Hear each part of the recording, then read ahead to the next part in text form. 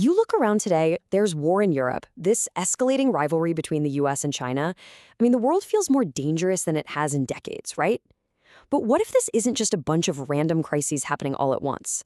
What if it's actually the predictable outcome of a single, grand, and, well, ultimately failed American strategy? So today, we're going to dive into a really powerful diagnosis from political scientist John Mearsheimer to figure out how in the world did we get here?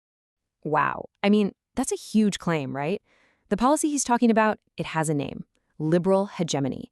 This was America's super ambitious plan cooked up right after the Cold War to basically remake the entire world in its own image. And here's the kicker. According to Mearsheimer, the failure of this one policy, it explains almost everything about the global conflicts we're all dealing with today.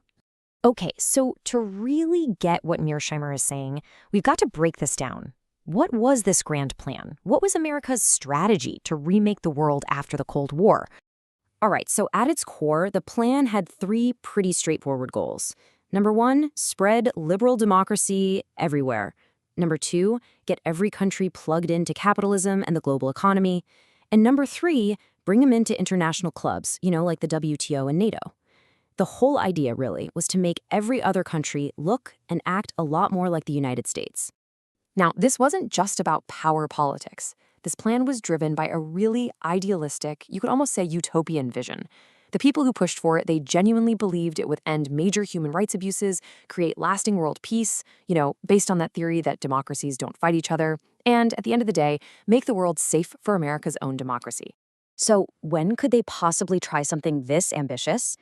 Well, the opportunity came right after the Cold War, during this really unique, brief period in history that we now call the unipolar moment.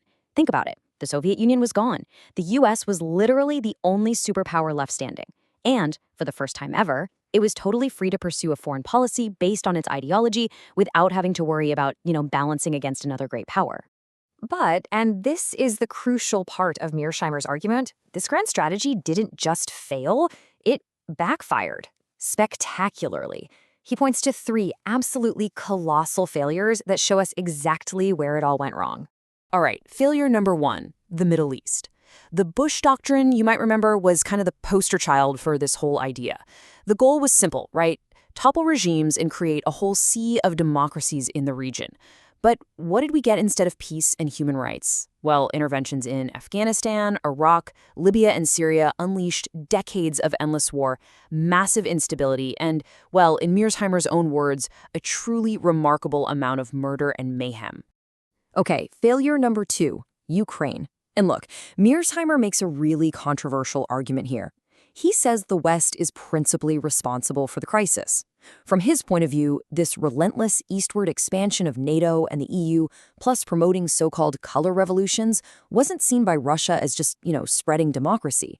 It was seen as a direct threat. And that 2008 promise that Ukraine and Georgia would become part of NATO? For Russia, that was the breaking point. It was crossing a very clear red line. And then there's failure number three, which Mearsheimer calls the biggest blunder of them all: China. The strategy here was something called engagement. The idea was, hey, let's make China rich. Let's get them into the WTO, open up trade. The belief was that a wealthy China would just naturally become a liberal democracy, a responsible stakeholder in the system. Yeah, that's not what happened. Instead, it created something else entirely. And this quote just says it all, doesn't it? It highlights this massive, massive unintended consequence. Instead of creating a democratic partner, the policy of engagement helped build America's single greatest competitor. The U.S. was effectively feeding the beast that would one day challenge its own top spot. So you gotta ask, why? Why did this super idealistic plan, which, by the way, was championed by both political parties, fail so badly? Well, Mearsheimer says it was doomed from the start. Why? Because it ran headfirst into two powerful, immovable forces that, govern how the world actually works. He has a great name for them, the two buzzsaws. And those buzzsaws are nationalism and realism. These two things, he argues, are the core logics of international politics, and they will always shred well-intentioned liberalism to pieces when they collide. Let's take the first one, nationalism. Mearsheimer says this is the single most powerful political ideology on the entire planet. The whole idea that you can do social engineering at the end of a rifle barrel, he says that's a total fantasy. It doesn't matter if it's Vietnam, Afghanistan, or Iraq. Foreign troops might show up as liberators, but sooner or later they're seen as occupiers. And that sparks fierce resistance from people who, at the end of the day, just want to control their own destiny. Okay, so buzzsaw number 2 is realism. And the logic here is actually pretty simple. Great powers do not like other great powers messing around in their backyard. I mean, just think about it for a second. Would the United States, with its famous Monroe Doctrine, ever be okay with a Chinese military alliance with Canada or Mexico? No way, of course not. So Mearsheimer argues that Russia's reaction to NATO expanding right up to its border wasn't some random, unprovoked act of aggression. It was a predictable and, yeah, brutal, but predictable great power move. So all of these failures, driven by these powerful forces, they've pushed us into a brand new era. According to Mearsheimer, it's like the tectonic plates of global power have literally shifted right under our feet, creating the world that we're all living in right now.